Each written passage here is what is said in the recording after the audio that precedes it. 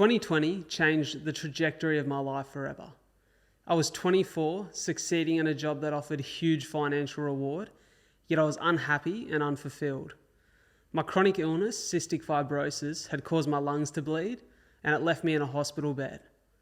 Now, I left that job and created this podcast, and I left that hospital bed to run marathons and prove that we aren't defined by our circumstances, but rather how we respond to them. On this show, we discuss the adversity that my guests and I face and how we overcome that adversity. This is a lot to talk about.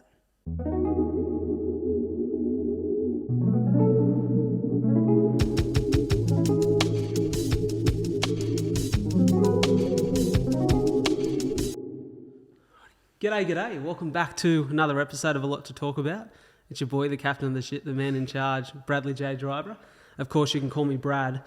And I'm very excited to be here today. Today is an episode that come about as an opportunity not too long ago. And ever since the conversation come up, I've been very excited for it because what we're going to talk about here today is very important. We're here with a very important guest who has saved literally thousands of lives.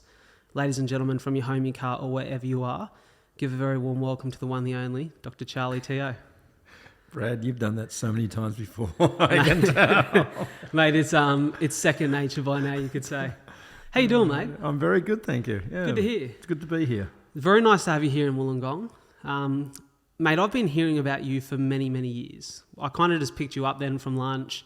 We were having a little chat in the car and I was saying that as someone who grew up with CF, I was around the hospital system quite consistently. And I went to Sydney Children's Hospital in Randwick. Now, you for many years have operated out of Prince of Wales, but just being around that hospital system and that space, you hear a lot of stories. And I remember consistently being told by my parents and by many people that we come into contact with that there was this man named Dr. Charlie Teo who was saving lives, a neurosurgeon who had, let's say, the courage to do what many people wouldn't. Mate, give us a little bit of an insight into your story, what you do and what your work has been over many years.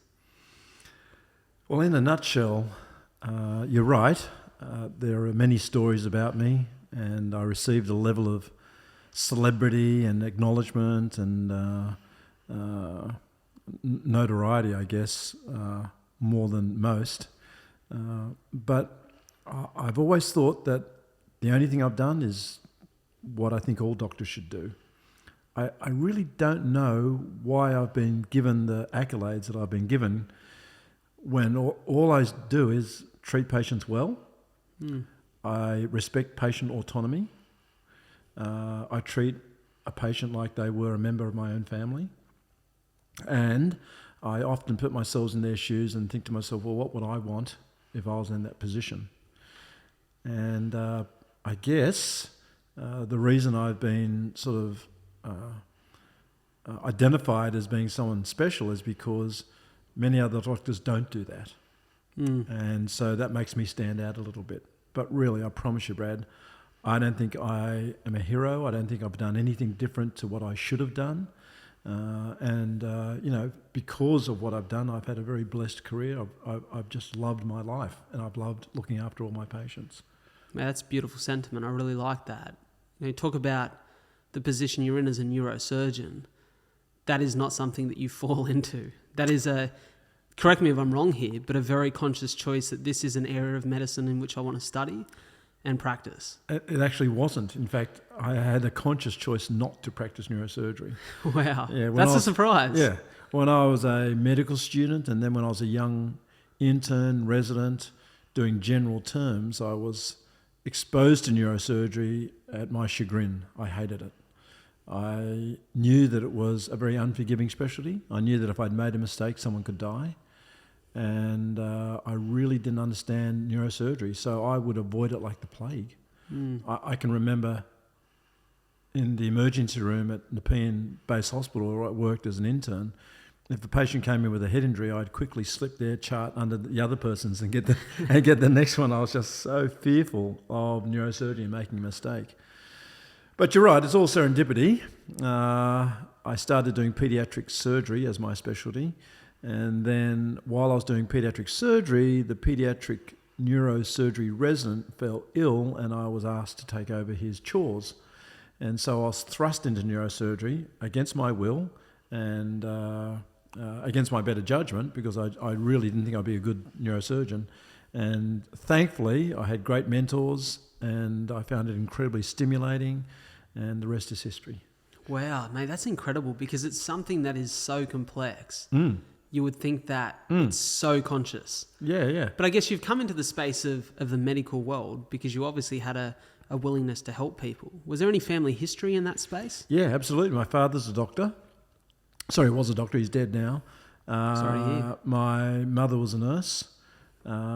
She's still alive, but she's in a nursing home, unfortunately, with dementia. But I guess, they never really tried to push me into medicine. In fact, I can, if I recall correctly, they kind of tried to turn me off medicine. And so you're right. It was a calling that, I wanted to do all these other things. But when I got into medicine, I loved it. From the minute I started my medical degree until today, I've just loved medicine. What is it about medicine that you think you loved? Well, without sounding too corny, it gives you the ability to help people.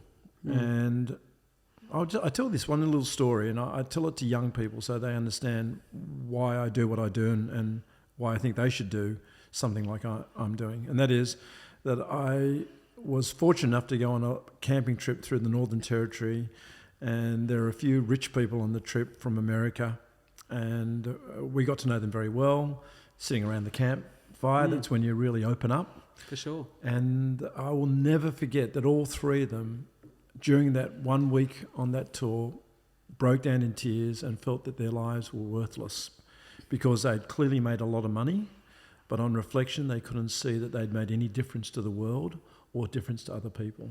And in other words, their goal in life was to make money, and at the end of the day, they achieved that, but they couldn't, no matter how hard they tried, justify their lives and feel like they had done something good in life. And that's the one thing that you'll never have a problem with in medicine, because your whole job is helping other people and and fixing them or trying to extend their lives. So at the end of the day, when you finish a day as a doctor, it's incredibly, you don't consciously think about this, but if you sat down and consciously thought, did I have a good day today? The answer will always be yes, because you've helped someone, you've diagnosed something, you've treated someone, you've held someone's hand, you've helped someone through a terrible part of their lives. So no matter how much money you make or don't make, at the end of the day, you can feel happy that you've contributed. Can I ask, at what stage in your career, life, your journey, did that become conscious? Because that thing there, that purpose piece, that piece of understanding what real meaning will give you in your life, something that we spoke about just before we turned the mics on, I learned that lesson at 23. Yes. Where I had a very clear connection with a gentleman who passed away that I met in hospital. And I learned pretty quickly what was going to give me a sense of real meaning from life. And I started to go on a journey of searching for that. Like, I started trying different things. I thought that it was almost something that I'd find, but rather have learnt in the process that it's something you develop by making some very conscious decisions. But I think for a lot of people listening, watching, it's something that they're really on the hunt for in their lives. Because a lot of people, and I think it's a big part of the mental health crisis we have at the moment, is people don't feel as though they have a sense of meaning and purpose in their life. You're right. My only corollary to that is that not everyone can be a doctor, and not everyone has the aptitude to be a doctor. And yet, you're right, people still at the end of the day want to feel like they've done something, achieved something. And I would say, though, at a very simple level, that one of the greatest purposes you can have in life is to be an incredible parent. Or, for me, my parents serve the greatest purpose in life. That's exactly what I was going to say. I mean, there has to be people out there who do the jobs that they don't quite like doing. Working in a factory line, for example, where you come back and think, really, have I done much today apart from help make someone else money? And they're the people that have to search elsewhere for, which is sad, because it'd be great if you could get it all in one hit. But you're right, those people have to search for meaning in being kind to someone, doing a favour for someone during that day, Sure. Being courteous on the road, helping someone across the road, or raising your children. And at the end of one's life, I think all of us would like to think that we're leaving the world in a better place and in a better situation. I mean, it'd be really sad if at the end of the day you lay on your deathbed and you go, oh my God, what I've done has contributed to the world being a worse place or not as well off. That'd be pretty bad. And I think that's an undeniable truth that only you know at the end of your life. Yeah. I guess for me, it's been significant to think about how I can do that in my own life. And I'm very blessed that I found storytelling to do that. You obviously landed in the space of the medical field and particularly neurosurgery. You said at the start of this podcast that you wouldn't consider yourself a hero. I know that you won't agree with me, but I'm going to beg to differ, because I think what you've done is something that not many people will ever be able to do, nor will have the courage to do. So I think you should be commended for that. There's a line in a Batman movie that stands out. I was a Batman fan as a kid, right? Right. There's actually many lines around this idea of what a hero is or what a hero does. Right. But there's one particular line, I can't remember exactly where in the movie, but I believe in The Dark Knight they said something along the lines of, and I'm paraphrasing here, that a hero will do what needs to be done even if it's at the detriment of themselves. Now, you've landed in a space of hot water now, right, where unfortunately due to some people having an issue with what you've done, you cannot operate in Australia at the moment. And unfortunately, because of that, people will lose their lives, because a person like Dr. Charlie Teo isn't around to do the surgeries that could potentially be life-changing and life-saving. Talk to me about this position that you're in at the moment and what's happening and what needs to move forward and what needs to change for you to be able to go back and do your job very well. Yeah, well, I didn't really want to be negative, but now that you've brought it up, I was going to bring it up anyway. Yeah. And when you said to me, when was that aha moment where you realised that you wanted to help people and that was your calling? It was actually later on in life. It was actually when everyone started trying to destroy me and I was fighting this battle. And I thought to myself, well, hang on, why am I doing those difficult cases when it puts my career at risk? It is not good for my health. It certainly puts me at risk medico-legally for being sued because the complication rates are very high. I don't have my colleagues' support, so I don't have consensus. I certainly don't have EBM, evidence-based medicine, because I'm doing something that no one else does. Why in the hell would I do that? It's not good for me, my health, my career, my profession. It's just terrible. And then I thought, well, hang on, I'm doing it because that person needs me to do it. And I really get off on giving people hope where no one else is giving them hope. And I honestly believe that there is hope. So, a lot of my colleagues are critical because they think I give false hope, the whole concept of false hope. And there's no such thing as false hope, of course, hope is hope. But what they're saying is that I give false promises or I give false information. And, if you are always being self-reflective, then you do have to think about that. When you get a bad outcome, you have to think to yourself, well, hang on, did I do that for the patient's best interest? Did I do it based on what I believe was the right thing by the patient? And you do a lot of soul searching, and at the end of the day, you've got to live with yourself that you've made the right decision, even though the outcome may not be good. It was the right decision to offer that person, the operation. So now I'm in deep water, yes, but there's another saying that says, no one likes bad news, but everyone hates a surprise. Mm-hmm. And the truth is that it's not a surprise. From the minute I came back to Australia from America in 1999, they have been trying to persecute me and malign me right from the first few weeks after I came back. So I knew that my colleagues were after me. I knew that I was creating more enemies than friends. And I knew that one day they would strategize well enough to bring me down.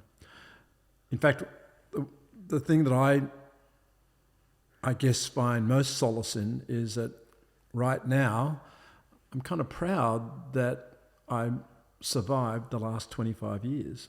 I mean, really, when you think about it, given that I virtually had a lawyer, helping me out every day of my life for the last 25 years, I've had complaints from my doctor colleagues, like virtually every week there's some complaint for my entire career here. The fact that I've actually survived and got to this stage where they got me when I'm 65 years of age, it's not such a bad thing to be ashamed of, or that they eventually won. Mate, I think it's something to be incredibly proud of, because I've done a little bit of listening about your story, and I listened to particularly the Mark Boris pod, which I thought was an incredible conversation, and I'm a great fan of Mark and the stuff that he does. I think he's a great fella. And what stood out to me, and I'm pretty sure it was from that conversation, was you talking about the fact that you would have patients come to you who had been told on numerous occasions, this is inoperable, unfortunately you will die. Now, I know if I put myself in those people's shoes, if I put myself in the shoes of those families, or even from a patient perspective, I would do anything for a chance to live life, especially a life that has been very shortly lived. We're talking about young people. The fact that you've had the courage, but also the honesty, you've given them the honesty of this is what the potential outcomes are. And I remember you speaking about a number of potential outcomes and explaining that to every one of your patients. But the fact that you've had the courage to say, I'm going to put my hand up and know that I'm going to be pushed to the side or unfavoured by those other doctors and colleagues because I'm going to do what they're not willing to do, mate, for me is fucking courage. And I'm glad that there are people like you, and it breaks my heart that right now, whilst you have to sit on the sidelines, people will lose their lives because others aren't willing to give it a chance. Well, it's even worse than that, I had to say, Brad, because what I've seen in the last 2 years since I haven't been able to operate and since they've successfully stopped me from operating is good colleagues, talented surgeons not offering surgery because they've seen what's happened to me. Yeah. So the worst thing that's happened to me is that it tells a very, very strong warning. It sends a very strong warning to other doctors. If you step outside the box, if you offer contrary second opinions, then we will get you. Because if we can get Charlie Teo, we can get anyone. So I've seen cases, I just saw one today, of a tumour that I know this doctor could have taken it out, and he chose to just biopsy it because he didn't want to increase his risk of being condemned and identified by his colleagues as being a risk taker or as doing something contrary to their beliefs. So it's a very sad message, and it's not only neurosurgeons too. I'm sure that other doctors have seen what's happened to me and thought, Jesus, thank God I'm not pushing the envelope. Thank God I'm not outside the box, and thank God I'm not, taking on the governing bodies and the fraternity because, they can get Charlie Teo, they'll get me one day. So it's a really bad turning point in Australian medicine that they have succeeded in stopping me from working in Australia. It's a very sad outcome. Do you think that you'll ever be able to operate in Australia again? Oh, look, I don't know. I'd like to think so, but it might be a bit unrealistic. I recently applied for assistant privileges. Okay. Just so you know what that means, it means that I've got no income. I've had no income for 2 years. So what I've done, a nice friend and a colleague who's an orthopaedic surgeon said, Charlie, why don't you come and be my assistant and you'll get assistant fees. I go, oh my God, that's great, thank you. So we went to his hospital and I applied for assistant fees. Now, to give you some background, a GP can get assistant fees. You don't have to be a surgeon. All you're doing is cutting sutures and helping the surgeon. Well, the executives at the hospital said, yeah, no, don't worry, we'll get you assistant fees. You can come and work here. But when they presented to the medical advisory committee full of doctors, they all said, no, we don't want him here. So I'm telling you, I can't even work as an assistant in this country. That's how bad things have got. Yeah. You know what? It's obviously very different because we're talking about the medical field, but there's a thing in current society called cancel culture. Yes. And it's a real shame because what we've seen people who jump on the bandwagon of those who are happy to point the finger and throw stones because they're so scared of being persecuted themselves. They just prefer to be so inauthentic. Yes. And they'd prefer to do not what's right, but what's easy. Yeah. And for me, that's a real issue in society. It is a real issue, Brad, and I don't know how we're going to address it because it's all about dissemination of information through the social media networks and And the worst thing about dissemination of information is that information is not peer reviewed, it's not fact checked.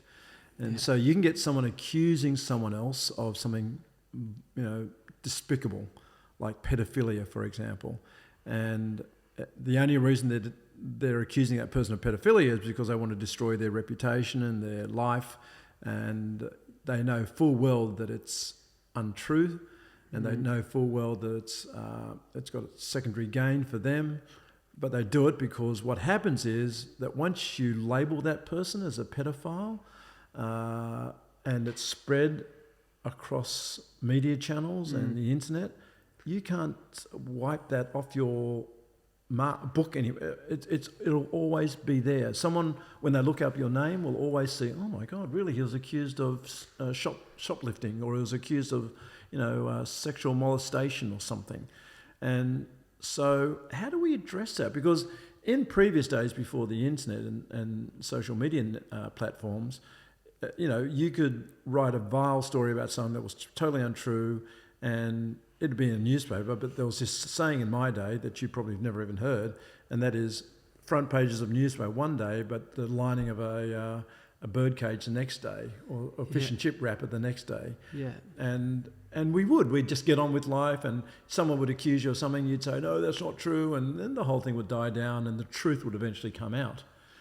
But the worst thing about cancel culture and what we're seeing today is that you can accuse someone of something terrible. It may be completely untrue, but it is now part of that person's identity. It's very hard to unweave the social narrative. Yes. And I think the issue is it's too easy for people to jump on the bandwagon because now they get social clout for it. Well, if you're one of those people who jump on the bandwagon and then you're protesting for what this group of people think is right, then that group of people love you because you support their narrative. Brad, it's worse than that. Then you not only get social clout out of it, you get reward and you get vocational KPLs from it. So a lot of journalists, it's all about clicks. And it's all about clicks. So it's not about the truth. It's not about an op-ed. It's not about something that requires a lot of research, or it's all about writing something that's going to get clicks. So it can be the most bizarre, untruthful thing in the world, and of course you can deny it later on, but it will get the clicks. So how do we address that? I mean, how do we get how do the public know what the truth is, and how do they know how to disregard, what to disregard and what to regard? It's such a challenge now because I think in a world in which we're pumped with so much information, people don't do their own research. They will believe a headline because there's so many headlines to read. Brad, we're all guilty of it. When I read a headline, what's your default? You believe it. You believe it. And sure, later on you might question it and you might do some research, but the first thing you do is you believe it. Or at least leave some form of imprint in that's something you go to when you think about that person or that topic. Yeah. The only way that I can think, and this is well above my pay grade, to stop this bandwagon and this cancel culture behaviour is to actually not only challenge the people who choose to jump on the bandwagon and speak false and sort of weave false narratives, but rather to punish them. And there has to be some greater punishment for people who willingly spread lies and willingly become a part of the narrative without doing the research. No, you can't. Look, a journalist wrote some terrible things about me, about being a reckless surgeon and operating on the wrong side of the brain. It was completely slanderous and completely defamatory, and it would have taken that journalist one phone call to realise that it was defamatory and the untruth. One phone call. So one of the cases was in America, and one phone call would have said, oh, Dr. Teo was actually taken off that lawsuit.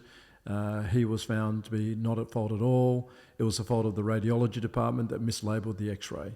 One phone call would have done that. But that journalist did not make that phone call. And so since that article, everyone has said to me, oh, you can sue for defamation, you can sue for defamation. Do you realise how much it costs to sue for defamation? How long it takes, the emotional cost on someone, and those journalists know that. They know that a private citizen who's not a movie star or some rich person has buckleys of suing them because they just don't have the money, the time, the resources. And then at the end of the day, even if you win, you spent so much money, it's a Pyrrhic victory anyway. And the truth, the sad truth of the matter is, especially when it's someone involved in one of those big companies that have very big budgets, in the process of fighting it, there'll be many more stories and there'll be many more things that add to the negative and the untrue narrative that take just as much a toll on the process. Yeah. You said there never take on a company that buys ink by the barrel. I like that. I like that. I think that's words of wisdom for anyone. Yeah. I have to ask, you spoke there about the emotional toll, the emotional cost. Mate, as far as I can see on the surface level, you're a happy character. You got in the car today, we started chatting, having a laugh, having a talk straight away. Mate, I met you very briefly at the start of the year, which you wouldn't even remember at Humankind at the Speaking Summit. Very brief meeting, but I remember walking away. No, but you had your girlfriend with you. I did. Yeah, I know. I do remember her. Yeah, and I remember, mate, because she's far better looking than I am. She's better looking than you. Way better looking than I am. And I remember saying to her, "What a good energy you get from Charlie Teo. He's got an aura. He's one of those guys you can tell he's a good guy. He's got energy for people."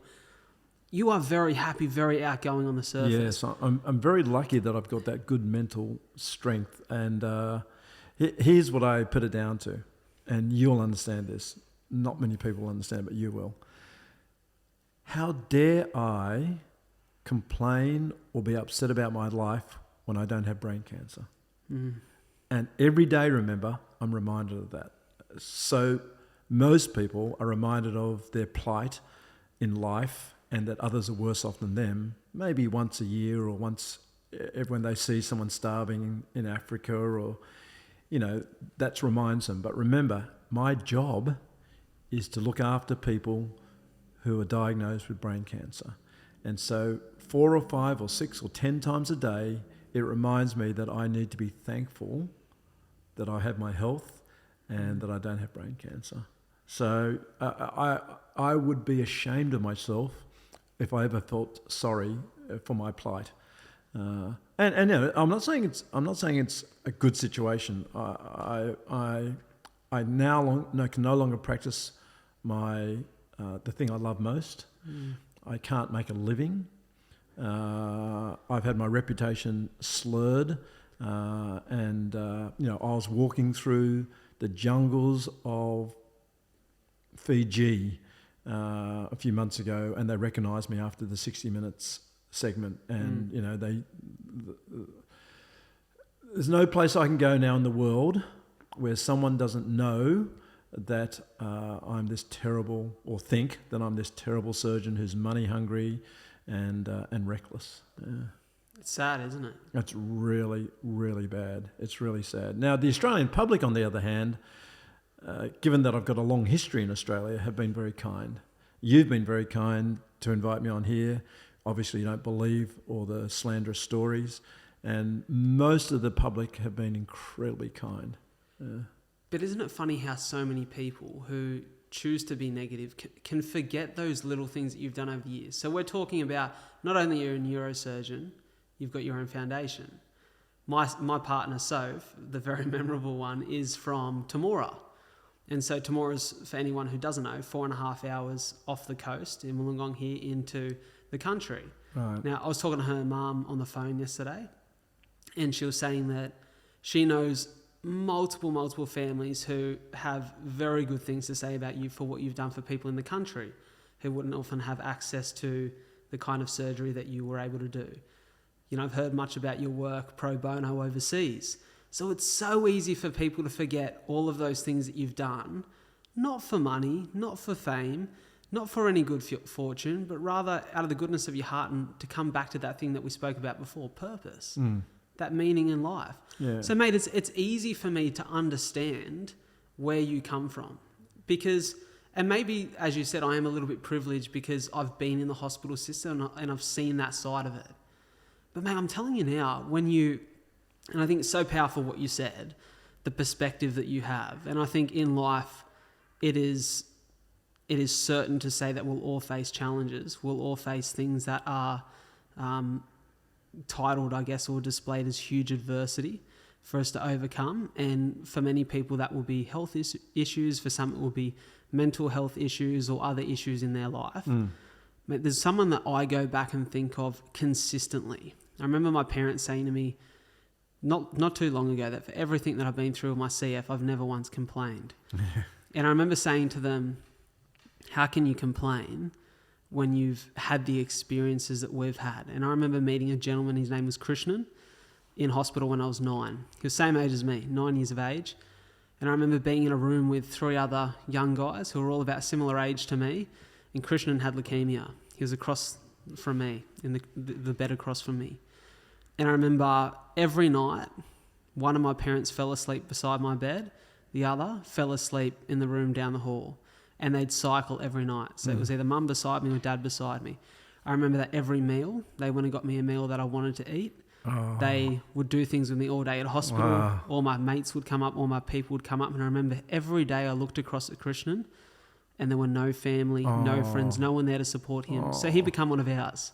For that 2 weeks I was in there, he was like a brother. My parents fed him.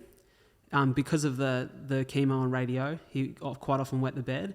They'd buy him new pajamas. They'd make sure his sheets were changed. He got treated like he was their own child. Right. Now, I remember thinking and knowing full well, at that point in my life, I was in there for a tune-up, just to make sure that my stuff was going well. Yeah. This kid was fighting cancer. And I never once seen him for everything that he went through without a smile on his face. Yeah. And I remember actually getting moved to another ward the last couple of days of my stay. And he broke out of his ward to come and find me to hang out for the afternoon until the nurses come and grabbed him and took him back. And I remember saying to my family, I could never complain because I had it so much easier than so many do. Yeah. And it gives you a beautiful perspective, doesn't it? Yeah, it does. And it's, look, there's very few good things about brain cancer, but one good thing about it is that it makes you appreciate, your health and what you've got. For sure. Yeah. Talk to me about some of the experiences that you've had over the course of the years that have shaped this love for what you do, the experiences that you've learned from. I know you've not only operated, as you said, within Australia, but over in America too and all around the world. Talk to me about some of the experiences that have been really meaningful for you. It's hard to identify one particular patient because they're all very special, but it's the patients. It's the patients who name their dog after you or name their next child after you or write you a letter and you haven't bought them much time. You've bought them maybe 16 weeks of life and that's all, and they still write to you before they die. It's the families that when their child dies, they must be in the worst place in the world and yet they still have time to call you up and thank you. It's the courage of patients who, like you, just never complain and soldier on, and they know they've got this formidable enemy, brain cancer, and they read the statistics and they Google it and they still maintain this positive sort of attitude that they're going to beat it. It's the ability to disseminate that knowledge to other neurosurgeons, and it's the ability to be able to change the standard of medicine in a developing country. I mean, I'm telling you, it is the most rewarding job. I'm sure a lot of people say that their job is the most rewarding job, but you can't get much more rewarding than saving a human life or changing the perspective of some other person on how to treat patients and minimise collateral damage and stuff, and to change the entire level of neurosurgical neurosurgical service in an entire country.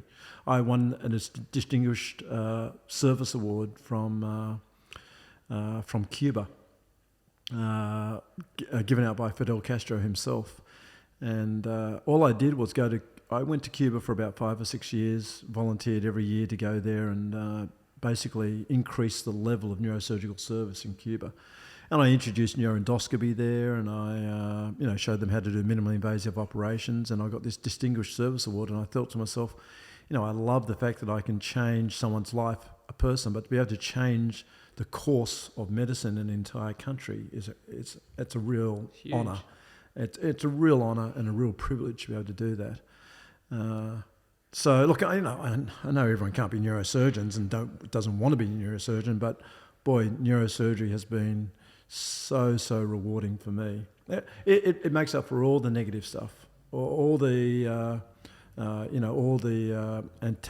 antagonism from colleagues, all the vilification, all the persecution by governing bodies, all the tall poppy syndrome stuff from the media. It fails into insignificance compared to the positives that have come out of my career. Mate, it's astounding for me to listen to. Like it's just so interesting. And the thing that keeps coming to my head that I have to ask you, as you said, brain cancer is so unforgiving, and I can imagine that even in successful scenarios, brain cancer being as relentless as it is often comes back in a lot of patients. What's been, how do you emotionally separate yourself from the lives that these people then go on to live? Because I can imagine that would be very difficult not to be emotionally attached to every patient who comes through the door. That doesn't mean you can't care for them, but you can't take that home either. You're a father too. Yeah. No, it's a very good question, but it's a question that is difficult to answer because it all depends on how much emotional fortitude and resilience you have right from the get-go. And if you don't have much and your life is not fulfilled and you've got a lot of stress from your home life or something else, then of course, you're starting off behind the 8 ball. But this is how I see it. I was criticized widely by my mentor for calling people by their first names and getting them to call me by my first name. In other words, dropping the barrier, becoming friends with your patients. In fact, when I failed my exam, not once, not twice, I failed my exam twice. The feedback I got from my mentors was that, Charlie, it takes more than just knowledge to become a neurosurgeon. You have to be a certain type of person. You're going to be held up in high esteem by society and you've got to behave appropriately.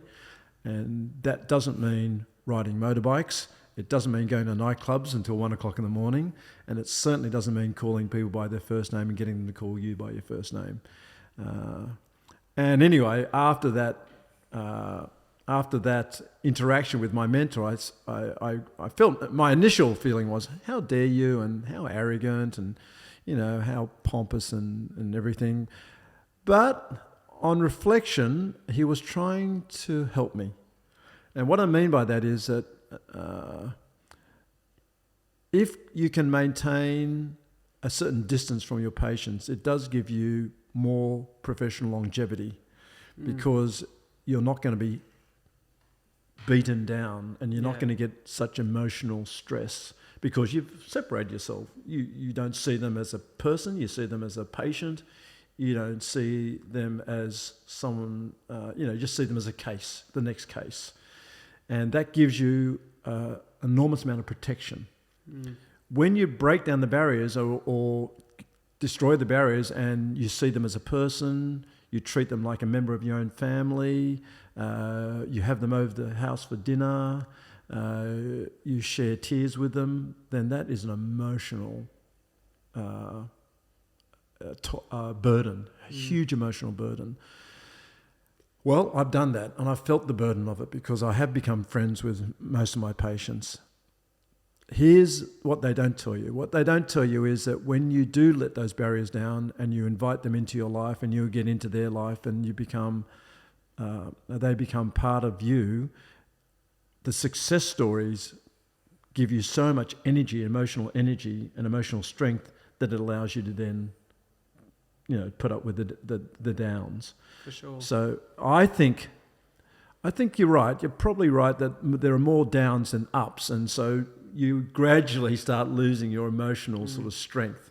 But I must say that I've had so much satisfaction, joy, love, appreciation from my patients that it makes up for all the sadness and the melancholia from patients who don't do well or patients who end up dying.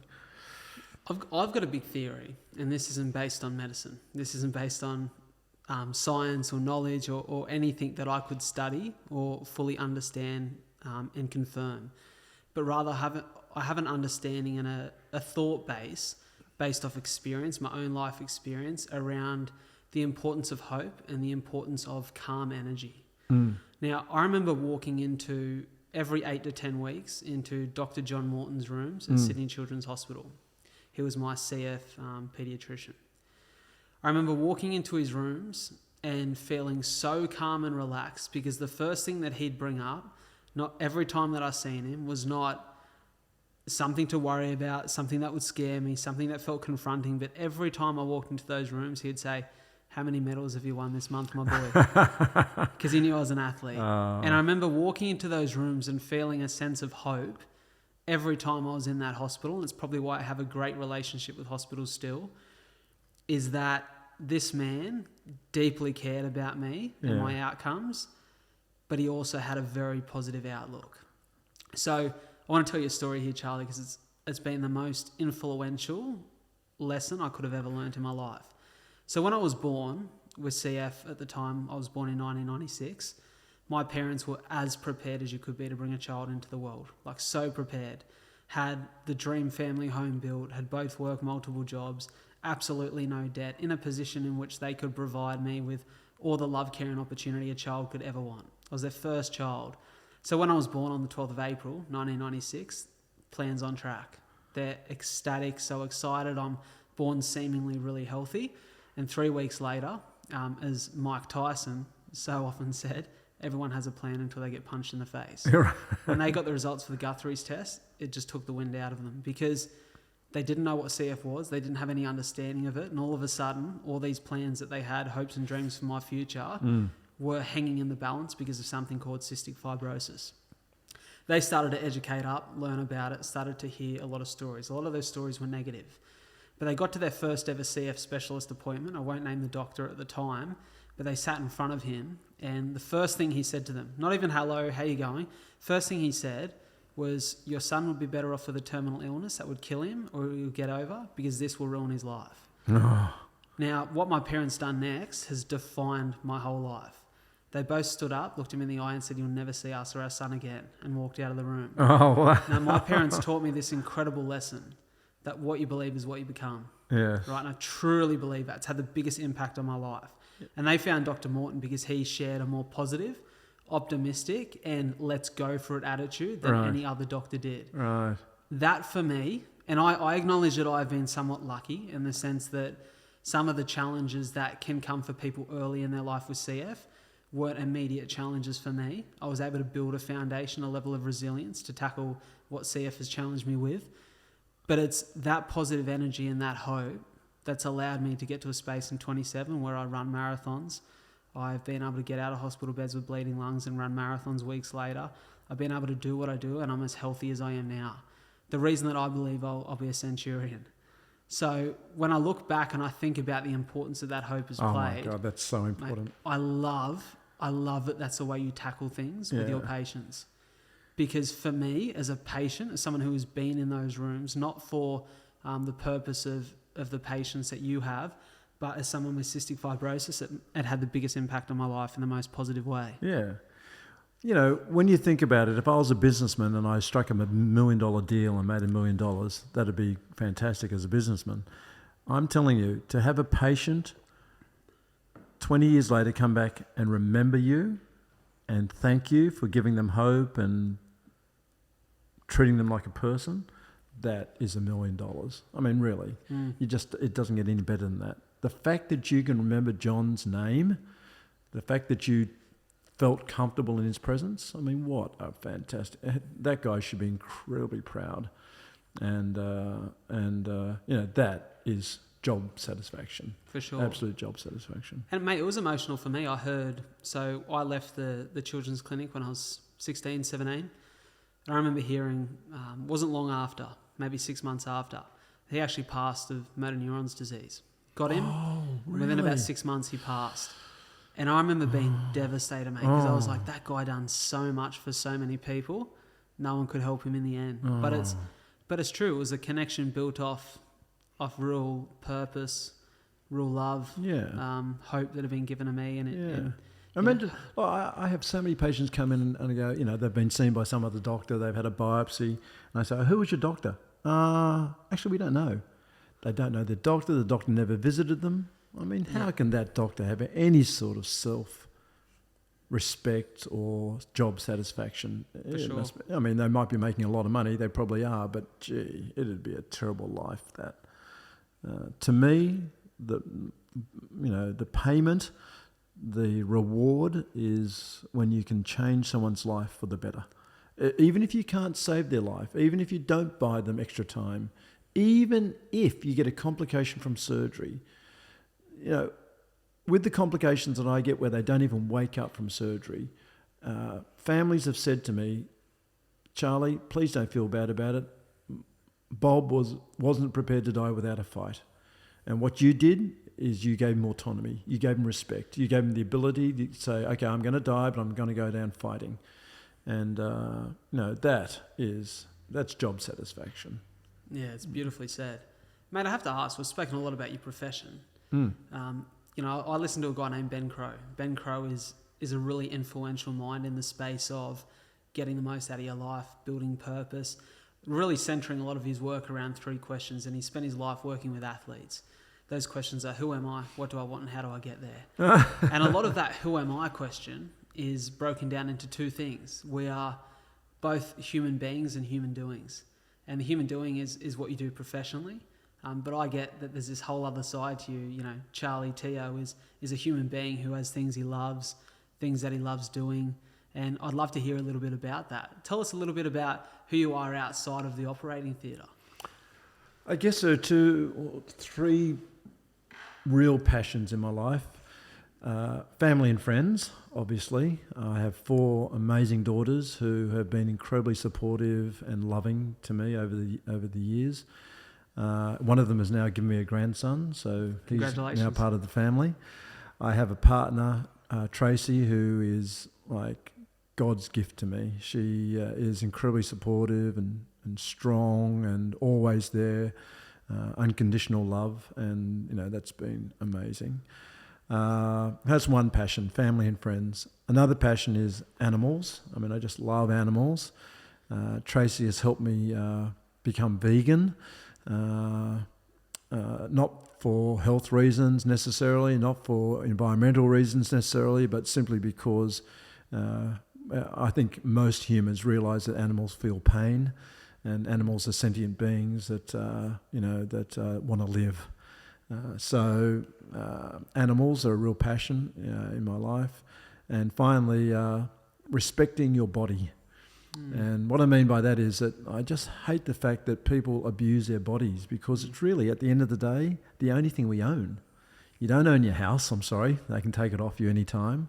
You don't own the clothes on your back. There's nothing that you really own except for your body. And I get really sad when I see people abusing the very thing that is giving them life. Getting overweight, sedentary lifestyle, stressful situations, dangerous drugs, poor diet, smoking, drinking. It's just like, are you kidding? And I mean, that is your only possession, real possession. You should be respecting it, not abusing it like that. So I really pride myself in keeping myself fit. I mean, every day I do some form of exercise. What's your go-to? Go-to is kayaking. Yeah, wow. Yeah, because mainly because of the spiritual strength it gives me. Yep. You get out early in the mornings. There's no one else on the water. The city's just barely waking up. And the only thing you hear is the paddle in the water. It's a very, very spiritually empowering pastime. And on top of that, of course, you're exercising as well. For sure. And there's something about being in nature early that does it for me. Yeah. So that, and I mean, the worst thing about having a partner who's 16 years younger is that she does all this exercise. She's got a gym and she runs every day, and she does. So I feel compelled to keep up with her. Yeah. Which I'm finding very difficult, but it's keeping me a little bit healthier. Mate, I must say though that you're 65. You do not look 65. When I listened to the interview with Mark. Right. I was blown away. But Mark's very similar to that. Yeah, Mark is incredibly fit and When strong. I remember meeting him and he told me how old he was, and mate, nearly knocked me off my chair. I'm like, no way. Yeah. But I've got two parents who are very similar to that, who are both in their 50s, but look remarkable. They look younger than I do. Yeah. And it's all around the way that they treat their body. I think so. And stress is really bad. And, you know, we all have to face stress every day, of course, but you don't want to let it define you. It's not really what happens to you, it's the way you respond to it. And so, of course, we're all going to be stressed with, you know, finances, deaths, illness.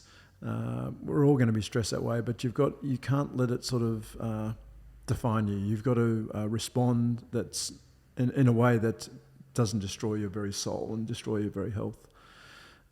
So all this stress that I've been going through, I'm telling you, I'm so proud of myself because I wake up every day happy. I see all the things that I have and not the things I don't have. In fact, you know, I haven't been poor. I'm not crying poor, but you know, I mean, I haven't been unemployed for so long in my entire life. Yeah. Even as a kid, I was always earning money, you know, doing little odds and ends and the milk run and things like that. So this is the first time I haven't been able to make money. And I must say, I see the positive side of it. I've really appreciated it when I can, all the finer things in life that I took for granted before, like going to a restaurant or buying a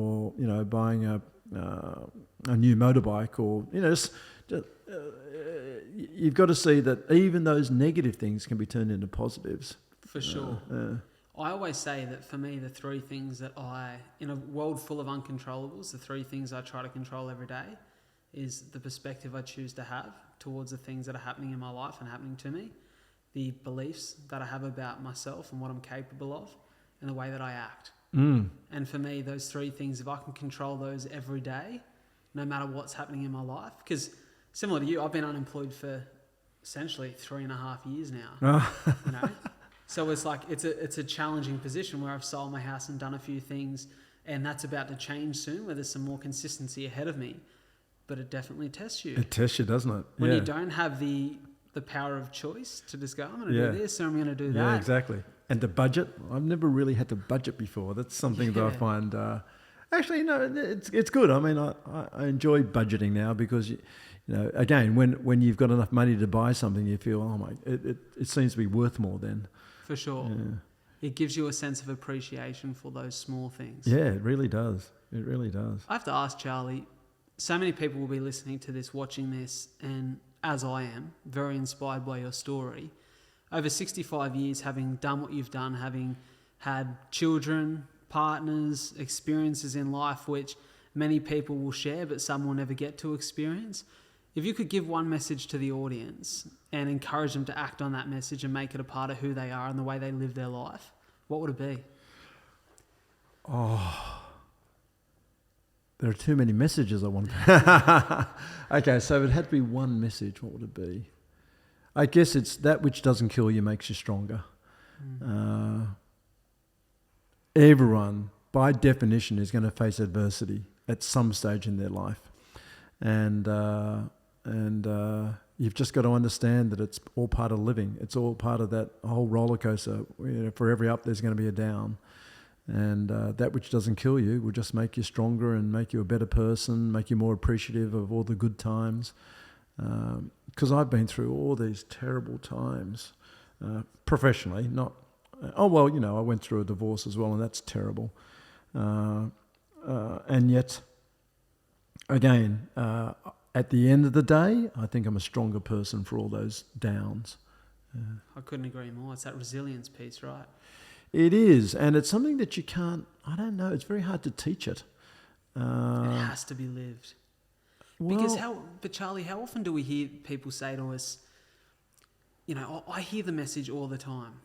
This isn't important. Focus on this in your life. Yes. Or don't try to accumulate things of a material nature. You know, accumulate experiences, moments, memories, spend time with the people you love, look after your health. But how often do we hear those things and we go, oh, but a nice car would be nice. I know. Or a big house would feel good. I know. Or, you know, the cheap thrill of a shitty meal or drinking or people who partake in recreational drugs, well, that would be nice. they have to experience the challenge and the hurt and the pain that comes with it, the suffering, to get very conscious about why that isn't for them. Yeah. And I don't know how we can better educate people to not make those mistakes, but it feels as though a lot of those lessons have to be lived. Yes, so right.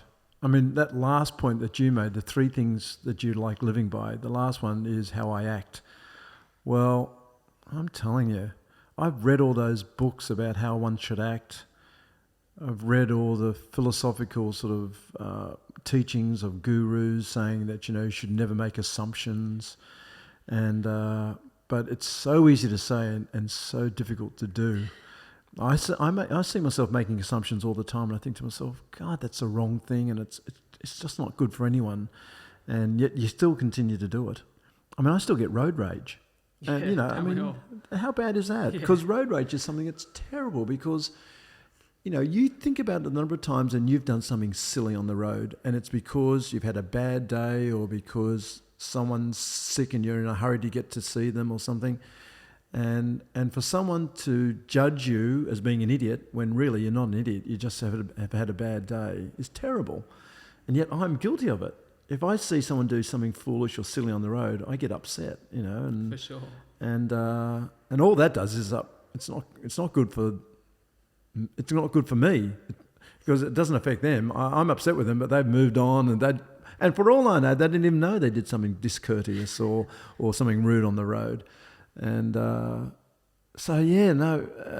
look, I guess the message to your listeners is that, you're going to be listening to lots of podcasts, you're going to be reading lots of books, you're going to be speaking to people who are wiser and older than you, and it all gets a little bit too confusing and it all gets a little bit hard because, you do know the way you're meant to act and you do know what they're saying is right, but it's bloody hard to actually, walk the walk. For sure. And not just talk the talk. Yeah. Now, the last thing I want to ask you, Charlie, before I let you go, is over the course of the many years that you've been in the media and had attention on your name, there seems to be this narrative where the media and the people who haven't liked you have really liked to question and try to almost break down your character. There's always like, as you said before, you shouldn't be riding a motorbike, shouldn't be out doing this, shouldn't be the cool, relaxed, calm, collected guy, because that's not how you're supposed to act in that space. You're supposed to be very rigid and professional. I can imagine that when people are attacking your character consistently, it may encourage you to ask some questions of yourself. And I think what's really important is, as we said, the answers that come and then how you act on that. But I love that you are still you. For all of the grief you've got and all of the times that people have attacked you and challenged your character and who you are as a human, what is it that's allowed you to stay very true to who you are?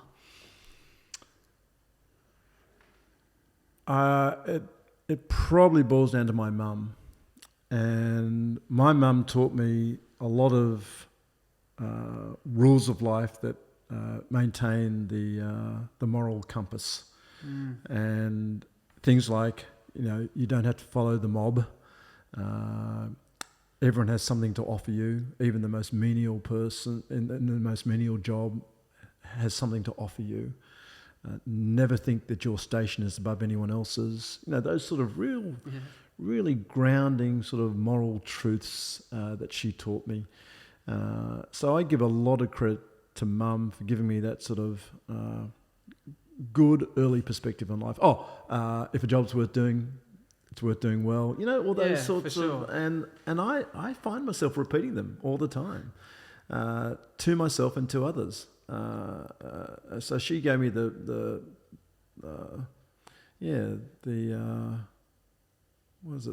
platform, the basis, the foundation on which I've tried to act and tried to act well. Mate, I love it.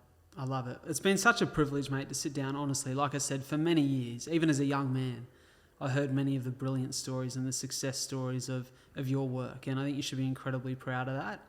I'm frustrated and annoyed and frankly pissed off that so many people will go without your help until we can hopefully resolve the situation that's at hand. Is there anything that the people listening to this, watching this, can do to be a part of the solution? I would love to say yes, but sadly, no. The medical governing bodies are too powerful. There have been 2 Senate inquiries into bullying in medicine in Australia. Both of them suggested we have a Royal Commission. It's that bad. It's endemic. And it's destructive and it's not good for the public. And yet, no Royal Commission. In my situation, you think about what's happened to me. The person who lodged the complaint about me, or there were 2 complaints, okay? One of the doctors who lodged a complaint about me lodged it to the medical governing body in that state. Who was the chief medical officer of that medical governing body? It was him. Yeah. Okay, so he lodges the complaint to himself. And then who judges me once that complaint is lodged?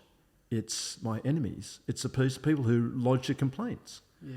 So we have a situation where the accuser, the plaintiff, the judge, the jury and the executioner are all the same person or the same institution.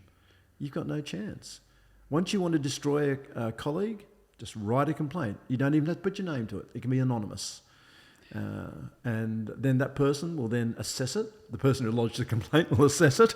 Yeah. And then that person who lodged the complaint, who assessed the complaint, who judged the complaint, will then hand down the hearing. You think about it. The last tribunal that I've been subjected to, the 2 people on the tribunal are neurosurgeons. Who has been, and you don't have to be an idiot, you don't have to be a genius to know who's been driving the campaign against me. It's my own colleagues. It's neurosurgeons. Yeah. And they're the ones who are judging me and then serving the sentence. It's ridiculous. It's just ridiculous. And there's nothing you can do about it. I've had the most powerful politicians, right up to the number 1 politician in Australia, call me up and say, Charlie, we feel for you. Is there anything we can do to help? And I go, yes, stop them from bullying me. Just tell them to leave me alone and let me do what I do best. Nope. They can't do anything. Mate, I'm sorry to hear that. And I guess what we can do as a group of people who are here and behind you today and for the years to come is just keep rallying behind Charlie Teo, the human.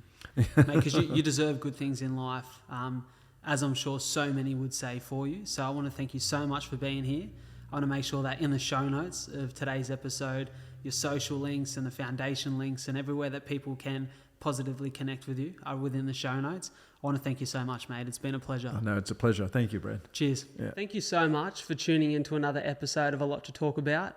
It means the world that you guys are in my corner, that you continue to listen to the show every week. And if you could do me a massive favor by following the podcast on whichever platform you listen to it and sharing this episode in particular with just one friend that you feel would benefit from it, that would mean the world to me and it would help the show grow. The more the show grows, the bigger the guests we get on, the more that we can do and the more we can share and support you guys, the listeners, the viewers of the show. Before I go, I want to pay my respects and recognise the traditional custodians of the land on which we meet and record this podcast.